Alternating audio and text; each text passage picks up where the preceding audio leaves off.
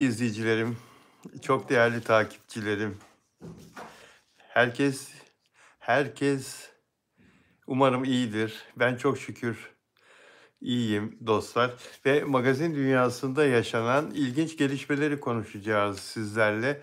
Başlığı dikkatli okuyun arkadaşlar ve, eee, anlatacağım, ne demek istediğimi açıklayacağım, anlatacağım. Sizler de cevabınızı bana lütfen yazın, olur mu? Bu konudaki düşüncenizi yazın bana, yorumlarınızı bekliyorum videonun altına. Anlatacağım ne demek istediğimi. Eee, Sizlerin görüşleri benim için çok önemli. Hepinizin fikrini bekliyorum arkadaşlar. Evet, canlı yayınıma gelmenizi bekliyorum. YouTube çağrıda bulundu, abonelere, değil mi? Abone olmayan arkadaşlar da yine görüp geliyorlar. Zaten videoları önemli bir şekilde, önemli bir sayıda abone olmayanlar da izliyor. Bu da bizi çok mutlu ediyor. Dünyanın her tarafından izleyicimizin olması da çok güzel. Çok güzel bir duygu. Evet, geldi arkadaşlar. Martin iyi yayınlar diyor. Teşekkür ederim. Sıla Deveci merhaba, iyi akşamlar. Here, here. Milk nasılsın? İyiyim Milk. Teşekkür ederim, seni sormalı. Afram da geldi.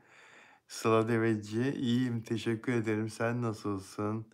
Ve Bilal abim diyen Kiril alfabesiyle yazan bir arkadaş merhaba. Senel Atakan merhaba. Servin nasılsın?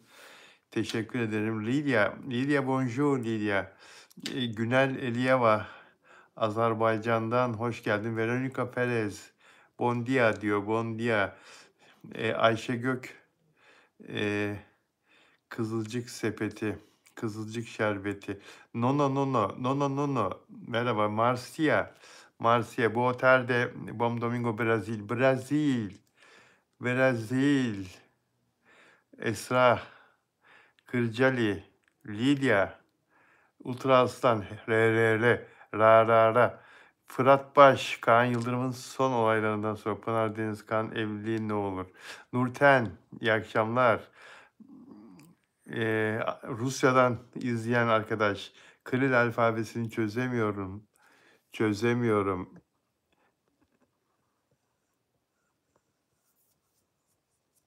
Evet.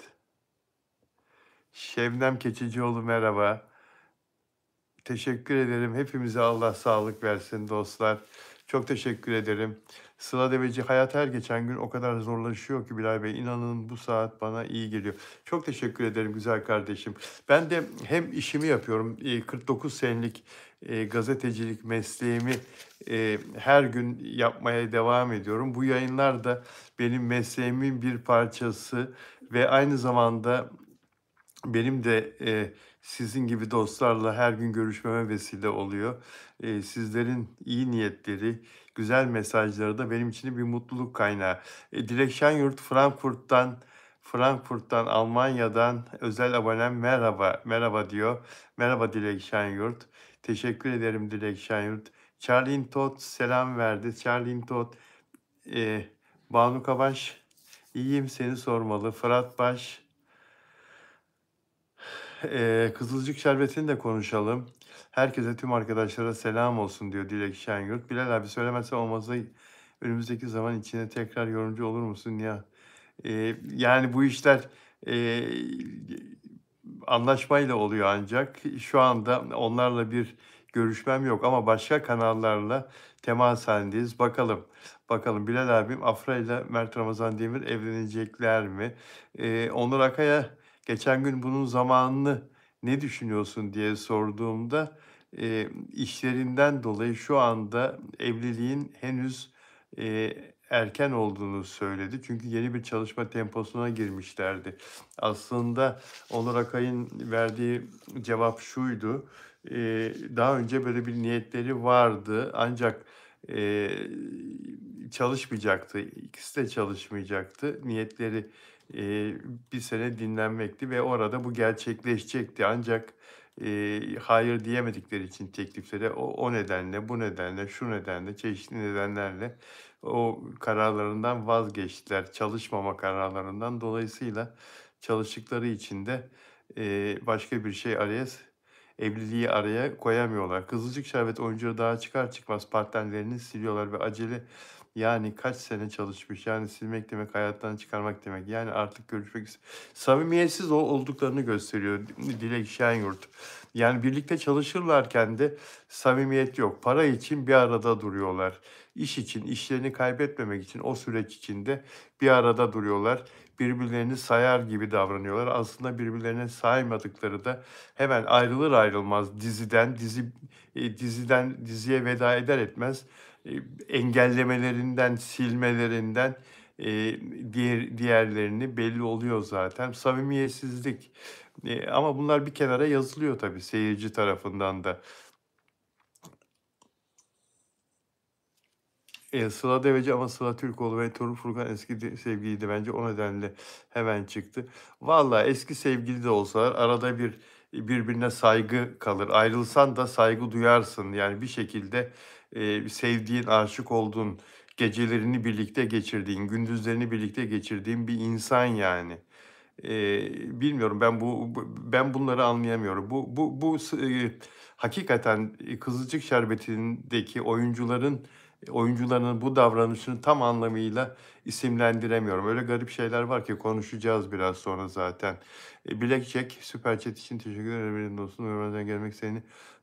Süper Chat ne zaman geldi Black Chat? Süper Chat ne zaman geldi? Farkında değilim. Bana yolladıysan farkında değilim. Eğer yolladıysan hiçbir şekilde bir kasıt yoktur.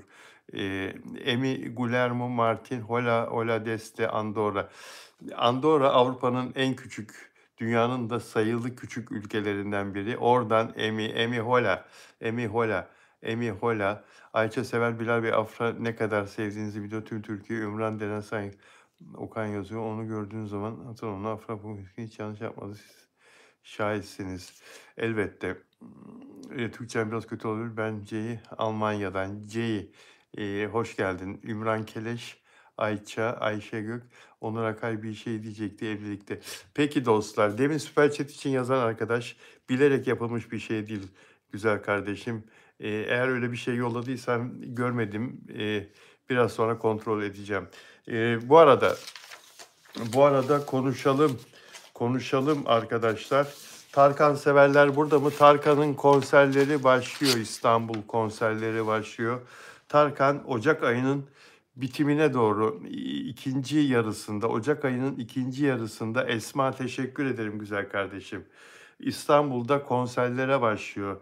Tarkan Volkswagen Arena'da, Maslak'ta Volkswagen Arena'da 6 konser planlandı.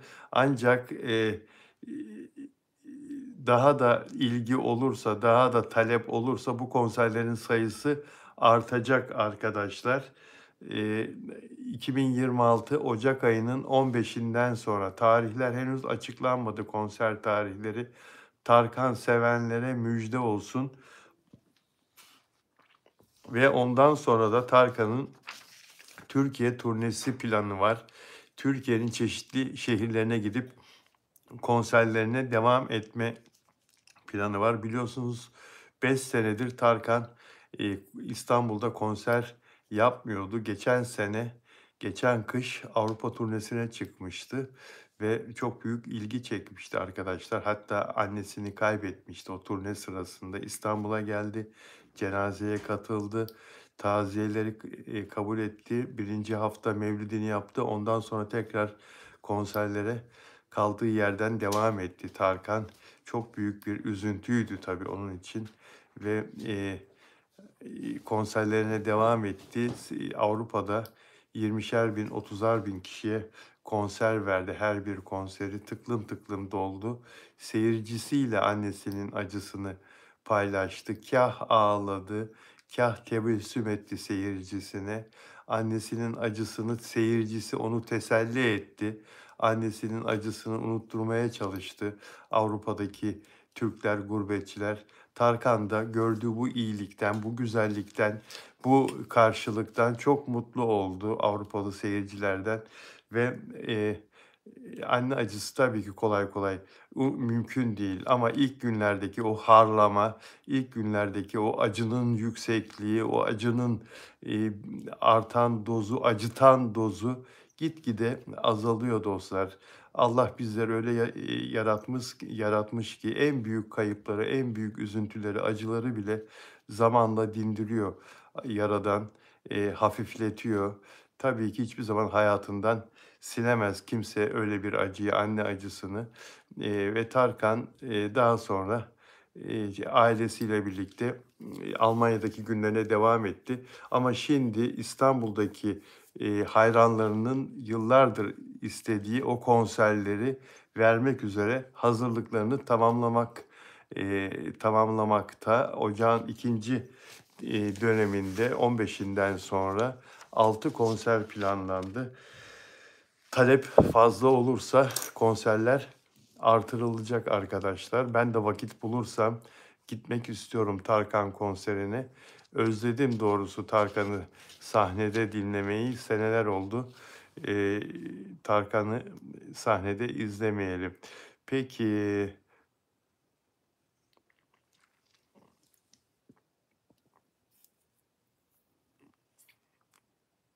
lütfen birbirinize tartışmayın, birbirinize kavga etmeyin. Lütfen birbirinize tartışmayın, birbirinize kavga etmeyin arkadaşlar. Eee, güzel güzel yazışın, güzel güzel konuşun. Eğer paylaşamadığınız bir şey varsa burada değil, dışarıda görüşün. Diğer arkadaşları lütfen engellemeyin. Silva Tarkan'ı çok sevdiğini söylüyor. Movi selam verdi. Movi'ye ben de selam ediyorum. Afra Saraçoğlu ve Mert Ramazan Demir'le ilgili de konuşacaklarımız var dostlar. Tarkan'la ilgili sizlerin de arasında Tarkan'ı çok sevenler olduğunu elbette biliyorum. 30 yıldır 30 yıldır zirvede, 32 yıldır zirvede, 32 yıldır zirvede olan bir isimden bahsediyoruz arkadaşlar. Güllü olayında bekliyoruz. Savcının hamlesini bekliyoruz arkadaşlar. Şimdi artık her şey savcıda. Savcıda bizim bilmediğimiz deliller, bizim bilmediğimiz bazı kanıtlar olduğunu duyuyorum. Ancak savcılık bu konuda bir açıklama yapmadan bizler hiçbir şey söyleyemeyiz. Konuşulacak hemen her şey konuşuldu Güllü olayıyla ilgili. Tanıklar da ifadelerini verdiler. Şimdi sayın savcının, kadın savcı biliyorsunuz, başsavcı, Yalova Cumhuriyet Başsavcısı konuyla ilgileniyor. Onun araştırmalarının neticesini bekliyoruz.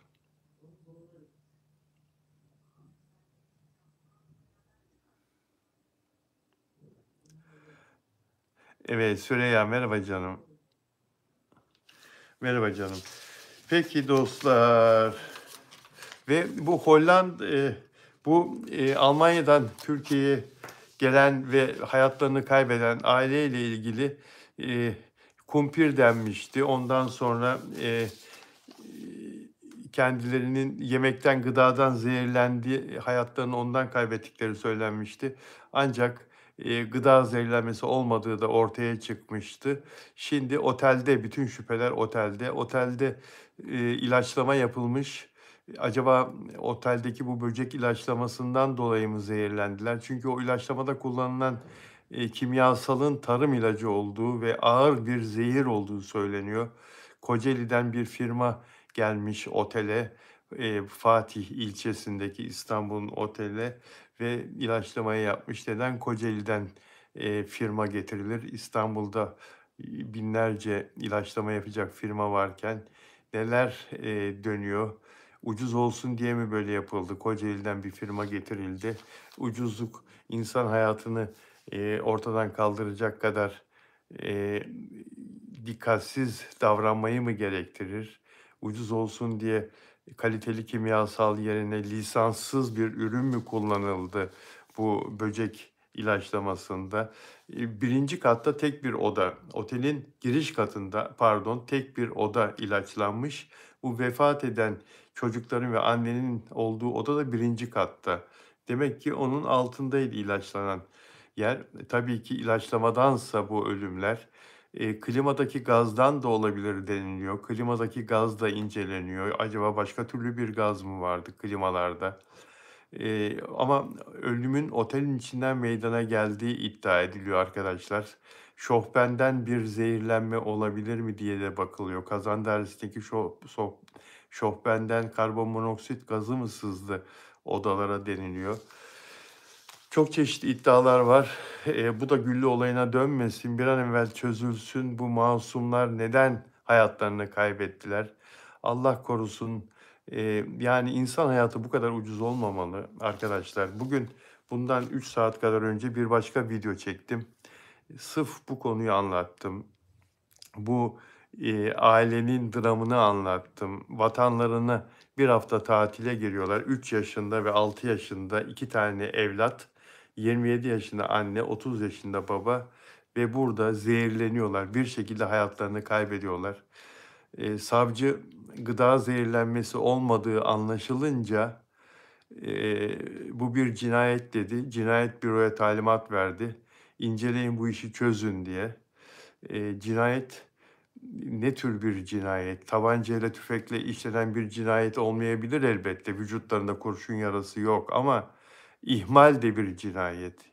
İnsanlar yaptıkları işi kötü yaparak, berbat yaparak başkalarının hayatlarına, kıyarsa, başkalarının ölmesine sebep olursa bu da bir cinayettir. Dolayısıyla ne şekilde öldü bu insanlar, ne şekilde öldürüldü? Şimdi bu araştırılıyor.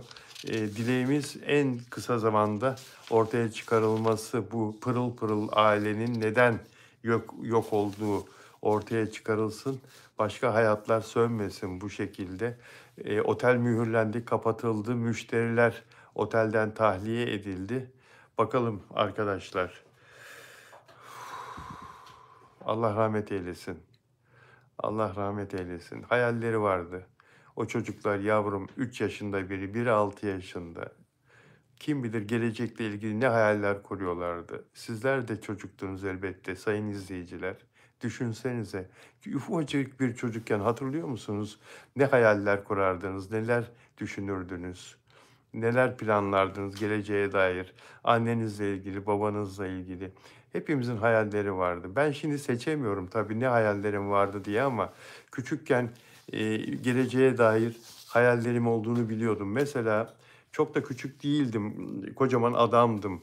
Kaç yaşındaydım artık 20-25 yaşlarındayken şey diye düşünmüştüm. Allah'ım ben e, 2000'li yıllara girdiğimizi, dünya olarak 2000'li yıllara girdiğimizi görebilecek miyim? Allah'ım bana öyle bir hayat ver, öyle bir ömür ver, sağlık ver Allah'ım, göreyim diyordum. 2000'li yıllara girebildiğimizi, 2000'den sonraki hayatı da göreyim Allah'ım diyordum. Gördüm. Ama yani çocukken, gençken öyle bir hayalim vardı. Daha küçükken ailemizin bir arabası olmasını hayal ettiğimi, eee, arzu ettiğimi, 14-15 yaşındayken. Sonra babam ben 17-18 yaşına geldiğimde bir araba almıştı. Eee, Bunu da hayal etmiştim. Ama daha başka hayallerdi. Mesela işte bu çocukların annesinin babasının hayali, bu ölen ailenin babası şu anda yoğun bakımda ölümle pençeleşiyor ama anne ve 2 çocuk öldü. Onların hayali İstanbul'a, pardon Türkiye'ye dönüp Almanya'da, Hamburg'da yaşıyorlardı yıllardır. Türkiye'ye kesin dönüş yapıp memleketleri olan Afyonkarahisar'da Bolvadin ilçesinde aile apartmanının en üst katındaki dairelerine yerleşmeyi hayal ediyorlardı. Çocuklarıyla ailece gelip Türkiye'de kendi topraklarında artık çocukları büyüsün, burada ilkokula başlasın istiyorlardı evlatlarının. Belki de seneye bunu yapacaklardı. Çünkü geçen yaz babası anlatıyor, rahmetlinin babası anlatıyor dün gazeteci arkadaşlara. Geçen yaz, geçtiğimiz yaz Türkiye'ye tatile geldiklerinde o aile apartmanındaki o dairelerini restore ettirmişler, tamir ettirmişler ve istedikleri gibi dekore ettirmişler. Ama orada gecelemeleri mümkün olmamış.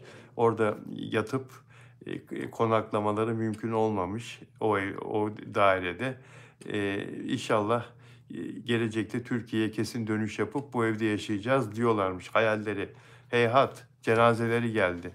Bolvadin'de toprağa verildiler, memleketlerinde toprağa verildiler. Allah rahmet eylesin dostlar. Kızılcık şerbeti diyorsunuz. Kızılcık şerbetini de konuşacağız. Muazzez Abacı İstanbul'da anma töreniyle sanatçı dostları tarafından, kızı ve torunu tarafından anlatıldı, konuşuldu. Muazzez Abacı arkasından dualar edildi. İstanbul'da Atatürk Kültür Merkezi'nde dostlar çok büyük bir değerdi. Çok büyük bir değerdi. Ve kızının söylediğine göre, kızına gazeteci arkadaşlar soruyorlar, vasiyeti var mıydı diye. Vasiyeti yoktu diyor. Çünkü annem diyor, ölümü hiç düşünmezdi. Hiç vasiyet bırakmadı. Ölümü çünkü hiç düşünmedi. Hayata çok bağlıydı. Hastanede bile çıkınca şunu yaparız, kalp krizi geçirip hastanede yatıyor. Çıkınca şunu yaparız, bunu yaparız diyordu. Ölmek sanki onun için hiç yoktu diyor kızı Sabah gazeteci arkadaşlara. Yani ben bunu Muazzez Abacı'nın bunu kızının Sabah'ın hayata bağlı olma anlamında söylediğine inanmak istiyorum. Muazzez Abacı gibi aydın bir insanın inansız bir insan olduğunu düşünmek istemiyorum. Böyle bir şeye inanmak istemiyorum. Yani ölümü hangimiz düşünmüyoruz ki? Yani ölümü hangimiz aklımızdan geçirmiyoruz ki? Elbette ki takıntılı manyak değiliz. Ne zaman öleceğim, ne zaman öleceğim şeklinde değil ama bu dünyada nasıl yaşıyorsak zaten ayet de var. Sevgili Peygamberimizin bu konuda nasihatleri de söylemleri de var. Hepimiz e, hiç ölmeyecek gibi çalışmalıyız ama yarın ölecekmişiz gibi de öbür dünyaya hazırlanmalıyız, öyle değil mi? Ve bunu hiç aklımızdan çıkarmamalıyız. Eğer böyle düşünmezsek zaten ne dua ederiz, ne namaz kılarız, ne oruç tutarız. O zaman savrulur gideriz. Hiçbir bağlılığımız, hayata dair tutunacak hiçbir dalımız olmaz. Kimse bize sahip de çıkmaz. Allah'a inancı olmayan, Allah'a, peygambere inancı olmayan, Allah'ı olmayan insanlardan eyleme Allah'ım sen bizi. Sakın öyle bir şey olmasın hiçbirimiz için. Hepimizin inancı mutlaka bu konuda var ve ben Muazzez Abacı gibi aydın bir insanın da Allah inancı olduğuna inanıyorum, inanmak istiyorum. Burada kızı Amerikalı olması hasebiyle, tabii aynı zamanda Türk vatandaşı ama Amerikan kültürüyle orada yıllardır, 30 senedir, 2000 tabii 30 senedir Amerika'da yaşıyor. Üniversiteyi bitirdikten sonra ihtisas için oraya gitti. Orada kaldı, orada evlendi. Bir Hristiyanla evliydi. Kızı da orada, Sera da orada yetişti. Dolayısıyla onların kültürlerinden etkilenmiş olabilir. Ama burada ölümü hiç düşünmedi derken, yani kendisini o kadar sağlıklı, o kadar iyi hissediyordu ve hayata o kadar bağlıydı ki anlamında söylediğine inanmak istiyorum ben bunu. Ve keşke bunu bir düzeltse de bir laf arasında Sabah'ın yanlış anlaşılmaların önüne geçmek için. Çünkü Muazzez Abacı hepimizin çok sevdiği ve milyonlarca müzik severinde, Türk müziği severinde hayran olduğu bir insan. Pek çok gencin de idolüdür, konservatuvarlı gencin de idolüdür diye düşünüyorum. Yarın Ankara Kocatepe Camii'nden cenaze töreni olacak. Zaten öyle olmasa camiden cenaze töreni falan olur mu arkadaşlar? Bu söylemlerimle Muazzez Abacı hayranlarını, sevenlerini kırıyorsam lütfen kusura bakmayın. Ben bir gazeteci olarak bunu dile getirmek zorundayım. Kızı böyle bir cümle kurduğu için bunu bu şekilde dile getirmek zorundayım. Ankara Kocatepe Camii'nde cenaze töreni gerçekleşecek ve Cebeci Asri Mezarlığı'nda babasının yanına toprağa verilecek. Allah rahmet eylesin. Mekanı cennet olsun diyoruz. Bu arada kızına soruyorlar. Kızına soruyorlar annenizin vefatıyla ilgili Yani orada doktorların bir hatası var mıydı diye. Annem her seferinde anneme her seferinde sordum. İstersen eve gidelim. Yok Sabah dedi. Kalalım. Yani hastanede kalmayı istemiş. Çünkü tedavi sırasında taburcu olmak isteyebilirsin. Doktorlar bırakmazsa illa kalacaksın derse. Herhalde burada yoğun bakıma alınmadan evvel, yani o kalp krizinden sonra stent takıldı. Bir gece yoğun bakımda kalıyorsun, sonra normal odaya çıkıyorsun. Galiba normal odada fenalaştı, yükseldi tekrar böbrek değerleri, kreatin filan. Ondan sonra yoğun bakıma tekrar alındı. O arada galiba iyiyken eve çıkalım istersen dedi. Yapılan hiçbir şey kasıtlı değildi diyor. Doktor hatası var ama yani bu doktor hatası varı ben söylüyorum. Başından beri söylüyorum zaten. Yapılan hiçbir şey kasıtlı değildi diyor Sabah. Doktorlar için söylüyor. Hataları anlamında söylüyor. Fakat anjiyoda birçok kişide böyle komplikasyonlar olabiliyormuş. Tamam Sabah olabiliyor da bakın bir profesörün story'de bugün Bilal Özcan Official'da story'de bir profesörün TYT televizyondaki e, konuşmasını paylaştım bu konuyla ilgili olarak. O profesörün o konuşmasına bakın. Önlem alacaksınız. Amerikalı doktorlar önlemi almamış. Böbreklerin değerlerine bakmamışlar. Anjiyoda birçok işte böyle komplikasyonlar olabiliyormuş. O doktor anlatıyor nasıl önlem alındığını. Benim story'ime bakın lütfen. Onlar da elinden gelen her türlü yardımı yaptılar. Fakat o da söyledi. Ee, o da dediği muazzabacı, bu kalp krizi çok zormuş Sabah dedi. Kalp krizi çok zormuş derken böyle bir tabloya girdiği için zorlaştı Muazzez Abacı için ve sonrası da işte felaket oldu. Tam anlamıyla felaket oldu. Ben doktor değilim. Bir gazeteci olarak ve kalp krizi geçirmiş bir insan olarak bu işleri de araştırmış, incelemiş bir insan olarak e, fikrimi söyledim. Daha önceki videolarda var. Şunu da eklemek istiyorum. Kalp krizi tanısıyla hastaneye gelen bir insanı hastanenin içinde uçururlar. Uçururlar, adeta uçururlar. Beni uçurdular, uçurarak beni sedyemi asansöre ve nasıl çıktım o kata ben, ikinci kata zeminden asansörle nasıl çıkardılar beni ve anjiyo odasına ne hızla soktular biliyor musunuz? Saliselerin önemi var orada. Senin damarını açıp stent takmak, tıkalı damarı açmak için saliselerin önemi var. Ölürsün, kalbin durur. Biraz geç kalırlarsa. Allah'ın takdiri elbette. Bu doktorlar da ambulansta çünkü kalp krizi geçiriyor. En sonunda öğrendik. Amerika'dan gerçek bilgi geldi. Ambulansta kalp krizi geçiriyor. Muazzabacı ambulans hastanenin önüne geldiğinde onu rüzgar hızıyla aldılar anjiyo odasına, asansörler filan. Herkes o saniyede hazırlanır. Zaten ekip vardır orada her zaman böyle durumlar için. Ve orada hedefleri damarı açıp stent takmaktı. Şeyi atladılar. Böbrek değerlerini ölçmeye atladılar. %100 atladılar. Atladıkları için de anjiyo sırasında vücuda verilen sıvı, kontrast sıvı onda geri tepme yaptı. Onda işte bu komplikasyona sebep oldu. O atlamasalardı, böbrek değerlerini ölçmek için biraz bekleselerdi ama o zaman da damarı açma süresini belki kaçırırız. Belki değil, %100 kaçırırız ve bir kalp krizi daha geçirebilir, kaybedebiliriz hastayı endişesiyle riske girdiler ve o nedenle biz güzel şeyler konuşalım ya.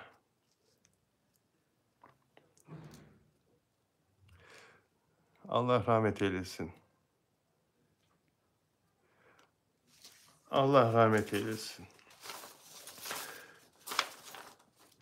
Feza civelek, civelek, civelek, civelek, civelek, civelek, civelek. Dün sordum Onur Akay'a canlı yayında. Ya civelek civelek diye şarkı vardı. Zeki Müren de söylüyordu diye hatırladı. Onur Akay hatırladı ama hiç söylemedim ben o şarkıyı dedi. O yüzden söyleyemedi ama hatırladı. Hatırladı. Notasını, melodisini hatırladı. Evet. Feyza Civelek. Ne civelekmişsin sen? Feyza. Feyza senin için kokuyor dediler ya. Kokuyordu dediler, kokuyordu. O yüzden dedi. O yüzden. Ya Müge Dağıstanlı çok yaşa sen. Müge Dağıstanlı benim meslektaşım biliyorsunuz. Magazinin prensesi Müge. Son derece başarılı bir gazeteci kardeşim ve güzel özel haberler yapıyor. Müge. Yeni Çağ Gazetesi'nde yazıyor Müge. Orada yazmaya başladı. İkinci sayfanın kurucusu biliyorsunuz. Gülşen'le birlikte kendisi televizyondaki ikinci sayfa programının. Müge'nin haberine göre bu Kızılcık Şerbeti'ne veda eden Emrah Altıntoprak, Feyza Civeli'yi takipten çıkmıştı ya. Feyza Civelek de onu engellemişti ve sonrasında da önce ben çıktım Emrah'ı. Ben sevmediğim insanları zaten engellerim. İnsanlara böyle yaparım, sevmediğim insanlara filan diye Feyza Civelek gülerek, Feyza Civelek gülerek, civelek bir açıklama yaptı. Ve Müge de bizim magazin gazetecisi Müge Dağıstanlı da bu işin aslını araştırıyor. Emrah Altıntop biliyorsunuz karı kocayı oynuyordu onlar Kızılcık Şerbeti'nde.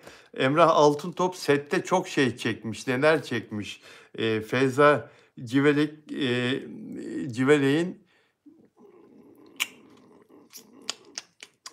Feyza Civelek'in tam sözünü bulma. Hijyen problemi varmış arkadaşlar. Yaklaştığı zaman yakın çekimlerde Emrah Altıntoprak çok zor dayanıyormuş. Çok zor kokuyordu herhalde. Ne bileyim o öyle anlaşılıyor değil mi? Başka hijyen yani bir parfüm sıkması gerekir insanın, deodorant kullanması gerekir.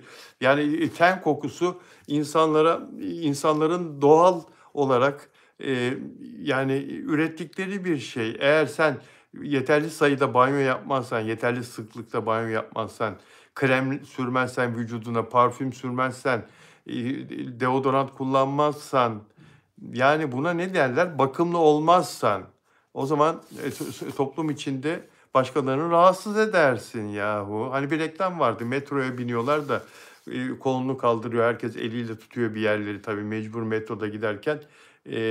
Kadın kokudan rahatsız oluyor ve deodorant çıkarıyor. Fıs fıs diye sıkıyor adamın birinin koltuk altına filan.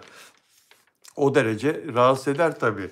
Ve demiş ki Emrah Altıntoprak yapımcıya ben dayanamıyorum artık demiş. Ama ondan önce de Feyza Ciyel'e medeni bir şekilde uyarmış. Ya demiş şu işi hallet gözünü seveyim yani olmuyor. Bak bu kadar iç içe çalışıyoruz filan ben rahatsız oluyorum filan. Fakat yine de Feyza Civele'yi değiştirmeyi bu konuda başaramamış ve o sahnelerde zorlanıyorum. Ne olur demiş beni bir şekilde artık gönderin bu diziden. Öldürecek misiniz? Ne yapacaksınız? Beni gönderin demiş ve kibar bir şekilde diziden de gönderildi. Final yazıldı. Final yazılmasını istedi. Gönderildi. Fakat diyor Müge Dağıstanlı haberinde böyle şeyler sette yaşanırken ne kadar ilginçtir ki Feyza Civelek röportajlarında çok zengin bir parfüm koleksiyonu olduğundan söz ediyordu. Civelek. Feyza Civelek. Sen olmazsan biz ne yapacağız ya? Dizi sektörü çöker be. Çöker be Feyza Civelek ya. Feyza Civelek'in maceraları. Volume 1, Volume 2, Vol 1, Vol 2, Feyza Civelek. Beren Saat, Kıvanç Tatlıtuğ. Oraya geleceğiz. Evet. Feyza Civelek. Feyza Civelek için şımarıklıktan ölecek diyorlar. Feyza Civelek şımarıklıktan ölecek. Evet. Bunu da konuştuktan sonra arkadaşlar yorumlarınıza bakayım ya. Ultra Aslan ya evlenirse ne yapacağım hesabı kapatacağım o kadar. Peki dostlar Melahat Veli'ye var.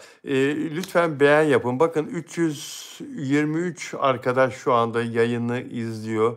Ama izleyen beğen yapan sayısı çok düşük. Lütfen beğen yapın.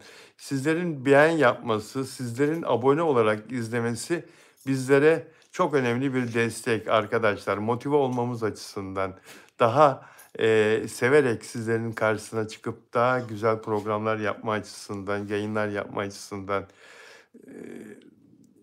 beğen yaparsanız ve abone olursanız, abone olmadan izleyen çok arkadaş da var. Hepsine çok teşekkür ediyorum. Abone olursanız çok memnun olurum. Eee, Başlık neydi? Birisi bana başlığı okuyabilir mi? Yazdığım başlığı arkadaşlar hatırlatabilir mi?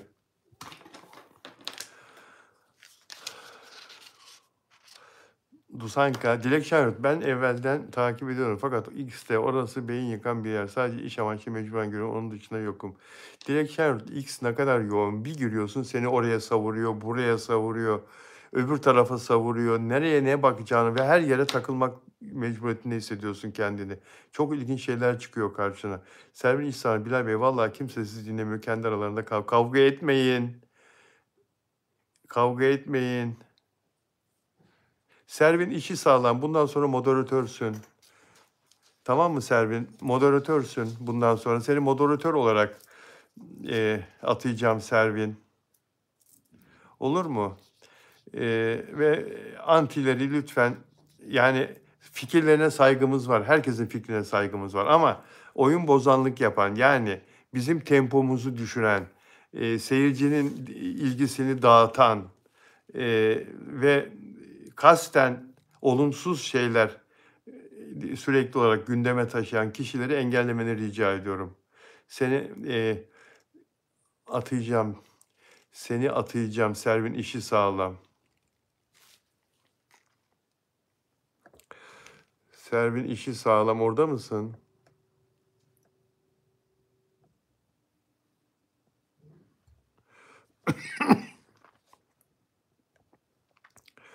Evet. Bakıyorum arkadaşlar. Bir saniyenizi rica edeceğim.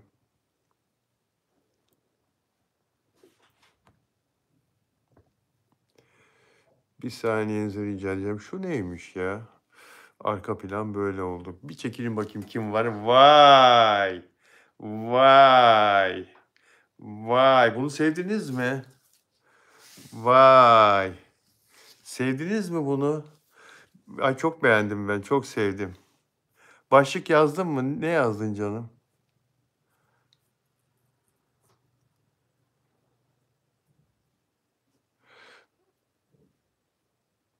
Nuray Yaylacı sevmiş. Antrenör Dilek Şenyurt. Süper bayıldım diyor Dilek Şenyurt. Vay. Vay. Peki. Ben burada aslında Servin işin sağlamı nereden moderatör ol. Duşanka hoş geldin. Duşanka welcome. Sırbistan'dan Duşanka. Banu Kavaş da çok sevmiş. Abi arkanda biri var. Ben niye böyle kaldım? Evet. Tamam. Şimdi dostlar. Ya neyse onu bulacağım. Onu bulacağım.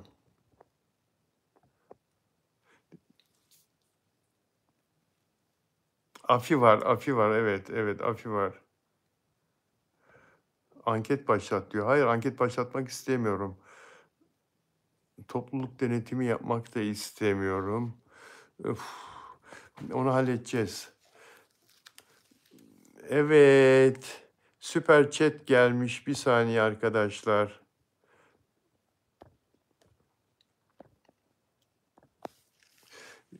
Bilgisayarda bakmadığım için bunu göremiyorum şu anda. Süper chat'i kim yolladı? Çok teşekkür ediyorum kendisine. Demin yolladım diyen arkadaş mı acaba? Çok teşekkür ediyorum. Servin İhsanlar beni de linçlerler vallahi diyor. İstemiyor musun Servin? Bana cevap ver. Ona göre bir tane moderatör atayacağım. Ben sana güvendiğim için öyle söyledim. Peki. Ee, Dilek Şenyurt Frankfurt'ta olduğu için iş yeriyle ilgili problem olabilir diye. Değil mi Dilek? O yüzden sen kabul etmedin. Ben sana bunu teklif etmiştim ben sana, değil mi Dilek? Pardon arkadaşlar. Evet. Söyleyeceğim. Evet, kurum izin vermiyor dedi Dilek Şenyurt. Peki. Osman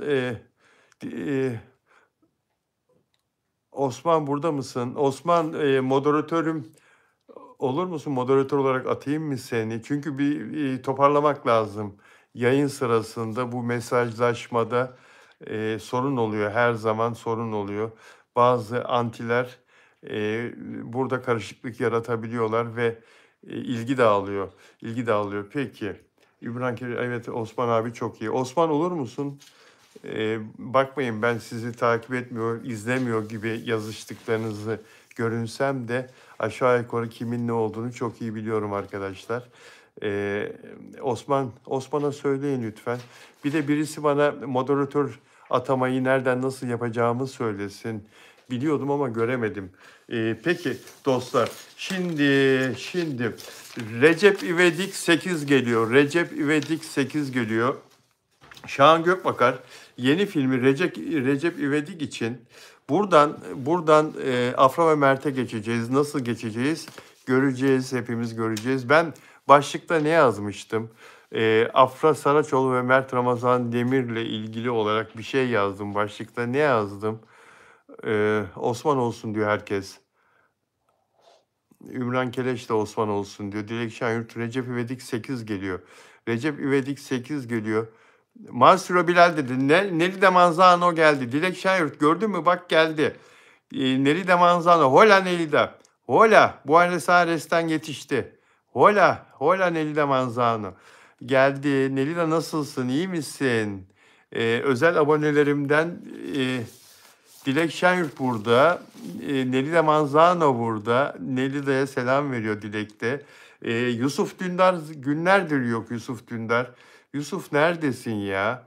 Özel abonem. Samiye Yüksel o da yok günlerdir yok Samiye Hanım. Samiye Hanım'ı çok uzun zamandır canlı yayınlarda görmüyorum. Sonradan izliyor biliyorum ama ve Delfina Dimasio Şili'den, Güney Amerika'dan o da yok. O da yok değil mi? Olsa zaten yazar. Nelly de Manzano geldi.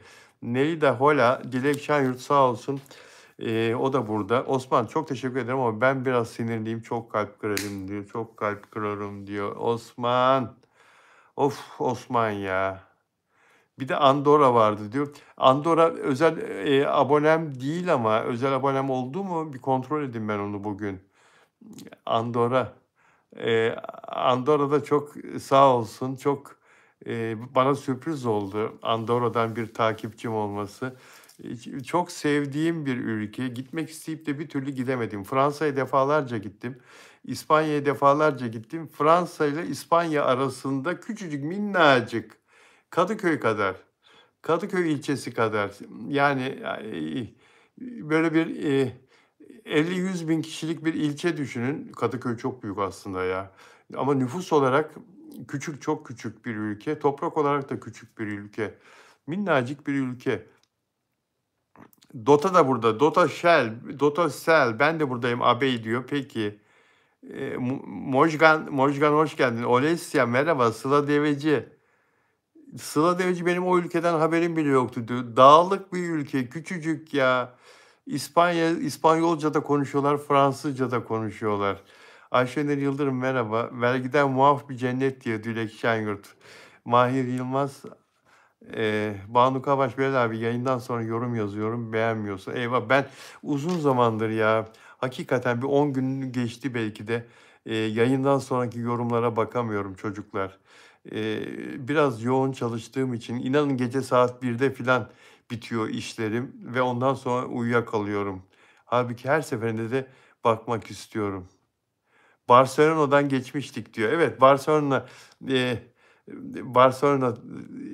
o İspanya, Barcelona, Fransa, İspanya, Marsilya'dan sonra değil mi yukarıda o sınırda bir ülke. Çok her iki ülkeye de çok yakın sınırı olan bir ülke. Ultra Aslan sağ ol. Meral Bildik. Teşekkürler Ümrancı. Aframat. Afra Ömer şu noktaya gelecek mi yazmış. Harikasın Sıla Deveci. Harikasın Sıla Deveci. Şahan Gökbakar'ın noktasına gelecek mi? Şaşırttım sizi değil mi? Şimdi bana kızdınız. Ne var Şahan Gökbakar'ın noktasında? Neyine özensin de gelsin Afra Mehmet Şahan Gökbakar'ın? O zaman iyi dinleyin. Recep İvedik 8 başlıyor arkadaşlar. Ve Şahan Gökbakar Recep İvedik 8 için Disney Plus'la anlaştı. Biliyorsunuz Recep İvedik 7'yi de Disney Plus'a satmıştı. O zaman sattığı zaman dolar ne kadardı söyleyeceğim size. 1 dolar 17 lira civarındaydı. Sattığı anlaşmayı yaptığı zaman 2022'nin Haziran ayında falan yapmıştı o anlaşmayı ve 2022'nin sonuna doğru gösterildi Disney Plus'ta ve iyi dinliyor musunuz? Ve 120 milyon lira Türk parası karşılığı dolar aldı. O zaman 17 lira kaç dolar yapıyor? Matematiği olan hesaplasın. 1 dolar 17 lira. 120 milyon lira Türk parası aldı. Kaç dolar aldığını lütfen bana söyleyin. Yani 120 milyon Türk parası diye haber yapmışlar ama dolar olarak aldığını biliyorum. 1 dolar 17 liraydı. Şimdi ve Şahan Gökbakar Recep İvedik 7 ile Disney Plus'a 1 milyon yeni abone getirdi. Recep İvedik'in 7'yi izlemek için, Şahan Gökbakar'ın yeni sinema filmini izlemek için 1 milyon kişi Recep İvedik'e abone oldu. Artı abone. Zaten kanalın bir 4-5 milyon abonesi vardı. Türkiye'de. 1 milyon kişi daha abone oldu. Görüyor musunuz şu muhteşem rakamı? Bu büyük başarıyı görüyor musunuz arkadaşlar? Ve Şahan Gökbakar'ın kendi yapım şirketi var. Kendisi oynuyor. Etrafına 3-5 oyuncu alıyor. Hepsi değerli oyuncular ama onlara az para veriyor. Eli sıkı olduğu söyleniyor biraz. Nelly de Manzano Gülleri ve Günahları seviyorum diyor. Güller ve Günahlar. Nelly de Manzano Türkiye dizilerinden Gülleri ve Günahları sevdiğini söyledi. Cumartesi akşamları yayınlanıyor. Evet. Murat Yıldırım'ın oynadığı dizi. Evet. Nelly de Manzano. Görüyor musunuz rakamı? Yani şimdi bu kişi Şahan Gökbakar çok sevmeyen de var, çok seven de var. Recep İvedik tiplemesine insanlar kahkahalarla gülüyorlar. Gerçek hayatta Şahan Gökbakar'ı eleştirenler de çok var. Onu destekleyen, siyasi görüşünü destekleyenler de var, eleştirenler de çok var. Antipatik bulanlar da olabilir. Yani sempatik bulanlar da olabilir. Fakat yaptığı işle kendisini saydırıyor.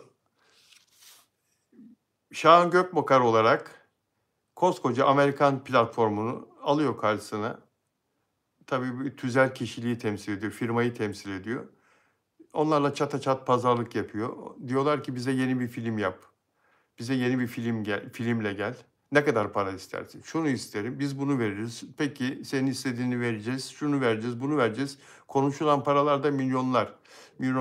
Kimse bana yazmadı kaç milyon, kaç dolar yapıyor diye. 17 lira dolar. Dolar 17 liradan, 1 dolar 17 liradan 120 milyon lira kaç dolar yapıyor?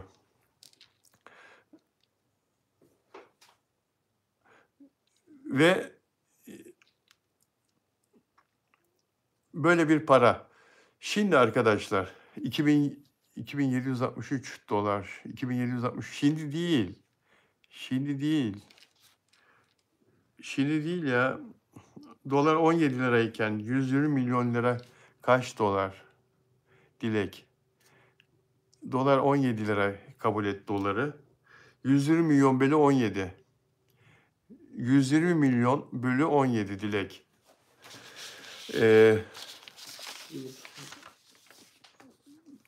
Geleceğim noktaya şimdi yaklaşıyorum arkadaşlar. Dila Bilal Bey sezon hiçbir dizisini izlemedim ama Abi'yi izleyeceğim. Afram'ı izlemek için. Afra'yı izlemek için. Afra Saraçoğlu'nu izlemek için. Şimdi geleceğim arkadaşlar. Dilek Şenyurt'un yazacağını bekliyorum. 120 milyon lira. 1 dolar 17. 7058 120 milyon lira. 700 7058 çok az. 120 milyon, milyondan bahsediyorum. 120 milyon. Her neyse, her neyse. Şuraya geleceğim. Şimdi Mert Ramazan Demir Netflix'te bir film yayınlandı değil mi? Yapımcısının başka bir kendi yalıçaplı OGM çekti. Metruk Adam filmi yayınlandı. Ne oldu? Dünya çapında Netflix dizileri içinde en çok seyredilen filmler içinde 6. sırada yer aldı. Değil mi? Ben şeyi araştırdım. Recep İvedik 7 kaç milyon izlenmiş diye araştırdım. Böyle bir kayıt bulamadım. Disney Plus'ta yayınlandı. Kaç milyon izlenmiş diye bulamadım. Ama sanmıyorum ki Metruk Adam'dan daha çok izlenmiş olsun. Metruk Adam dünya çapında sıralamaya girdi. Hiç duydunuz mu? Recep İvedik 7 dünya çapında sıralamaya girdi. Disney Plus'ta dünya çapında 5. oldu, 6. oldu, 9. oldu, 7. oldu, 8. oldu, 2. oldu, 1. oldu. Ben duymadım. Dolayısıyla Metruk Adam'dan daha az izlenmiştir dünya çapında. Türkiye'de izlendi. Evet. Sinemalarda Şahan Gökbakar'ın filmleri en çok ya birinciydi ya ikinciydi Recep İvedik. 5-6 milyon belki de 7 milyon izlenmişti. Ama siz yazın bana Mert Ramazan Demir'in Metruk Adamı kaç milyon izlendi? Ben Suzi'ye sorardım aslında da cep telefonumdan sizle konuştuğum için soramıyorum. Suzi kim? Suzi Tarçın'ın arkadaşı. Suzi benim yapay zekam. Tarçın'la da çok iyi anlaşıyorlar. O her sorumu cevap veriyor. Bakar mısınız peki kaç milyon izlenmiş Metruk Adam dünya çapında? Vardır böyle bir kayıt elbette ya. Lütfen bir bakın bana bir cevap verin. Evet. Şuraya geleceğim arkadaşlar. Şimdi Netflix'te Türkiye'deki oyuncular arasında kimler film yapmadı? Netflix Türkiye için özel olarak çekilen tıpkı Metruk Adam'ın çekildiği gibi mesela Kül filmi çekildi. Funda Er-Yiğit, Mehmet Günsur.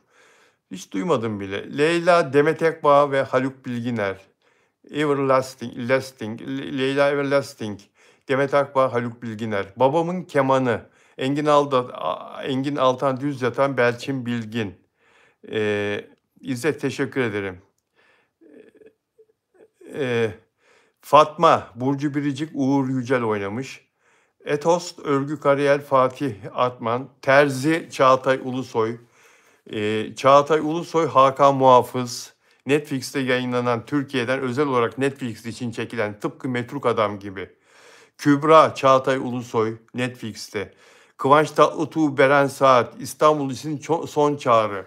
İstanbul için son çağrı, Beren Saat ve Kıvanç Tatlıtuğ'un 2008-2009'dan sonra bir araya gelmelerinin herkes tarafından, milyonlar tarafından çok beklendiği bir filmdi. İstanbul için son çağrı. Aman ölüyoruz, bitiyoruz. Beren Saat ve Kıvanç Tatlıtuğ tekrar bir araya gelecekler. Tekrar bir film, bir işte dizi değil ama bir filmde bir araya gelecekler. Milyonlar izler, Türkiye çapında izlenir, Avrupa çapında izlenir. O dizilerini 2008'de 2009'da oynadıkları diziyi bütün dünyaya satmışlardı yapımcı. Çok büyüktü, işte çok memnunlardı filan. Hadi canım geçin. Boğa Boğa, Aşıklar Bayramı, Kıvanç Tatlıtuğ'un Netflix için oynadığı diğer filmler. Ne oldu? Ne oldu? Bitmedi. 2025'te Netflix Türkiye için Hande Erçel ve Barış Arduç'un yer aldığı Rüzgara Bırak.